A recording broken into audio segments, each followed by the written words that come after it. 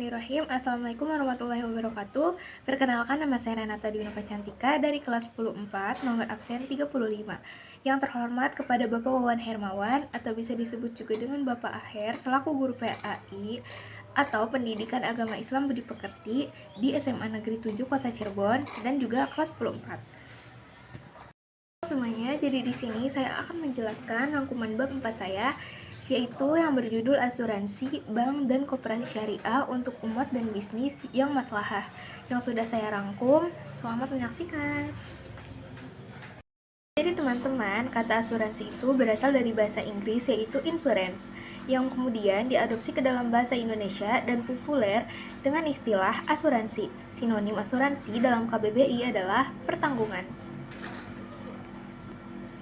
Berdasarkan pada UU Nomor 40 Tahun 2014 tentang perasuransian, asuransi merupakan perjanjian antara dua belah pihak, yaitu pemegang polis dan perusahaan asuransi, yang menjadi landasan bagi perusahaan asuransi untuk penerimaan premi yang kegunaannya adalah untuk pertama, yaitu dikarenakan oleh kompensasi kepada pemegang polis karena kerusakan, kerugian, kehilangan, keuntungan, biaya yang timbul, dan tanggung jawab hukum kepada pihak ketiga yang mungkin ditanggung oleh pemegang polis karena terjadi sesuatu yang tidak pasti atau tidak bisa diprediksi. Nah, yang kedua, memberikan pembayaran karena pemegang polis meninggal dunia atau pembayaran yang didasarkan pada hidup pemegang polis dengan manfaat yang jumlahnya ditetapkan pada pengelolaan dana. Adapun yang dikenal dengan asuransi syariah atau yang bisa disebut juga dengan asuransi tafakul, yaitu berasal dari bahasa Arab dari kata dasar yaitu tafakul. Nah, jadi teman-teman, kata tafakul itu bisa juga diartikan dengan saling menanggung atau menanggung bersama. Sedangkan asuransi syariah menurut Undang-Undang Nomor 40 Tahun 2014 ini adalah perkumpulan perjanjian antara pemegang polis dengan perusahaan asuransi syariah dalam rangka pengelolaan kontribusi berdasarkan prinsip syariah guna saling tolong-menolong dan melindungi.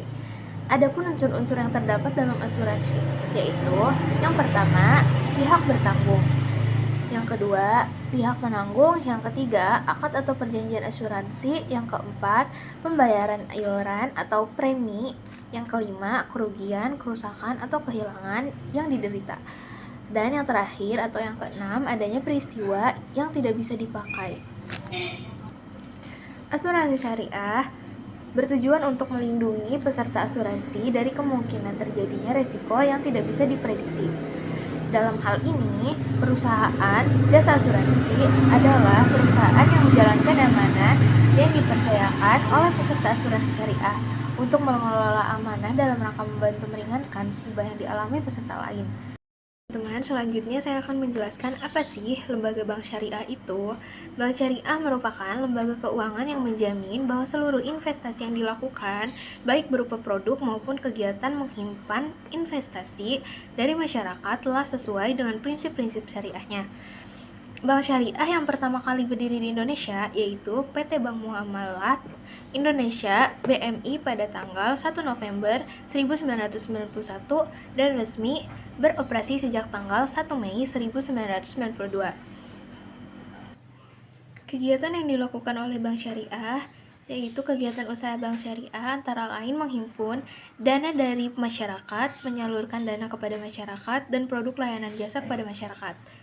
Koperasi syariah adalah badan usaha yang beranggapan orang-orang atau badan hukum koperasi dengan melandaskan kegiatannya berdasarkan prinsip syariah, sekaligus sebagai gerakan ekonomi kerakyatan dengan prinsip kekeluargaan. Jenis-jenis kegiatan dan usaha yang dijalankan oleh koperasi syariah adalah penghimpunan dana dan penyaluran dana dari, oleh, dan kepada anggota, investasi atau kerjasama, jual beli, pelayanan, jasa, pengalihan hutang, pengadaian syariah,